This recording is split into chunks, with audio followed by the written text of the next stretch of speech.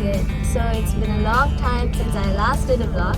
I've been busy with my studies and all, and we have decided to take you to a very beautiful place today. We are going to a birds park in Hambanthota. Since this is a long journey, we also stopped in the service area, and me and my family ate string hoppers in the morning for breakfast, and so I'm very much looking forward to this journey because as I heard, the birds there in the birds park is very friendly with people. So stay tuned as we go in this journey.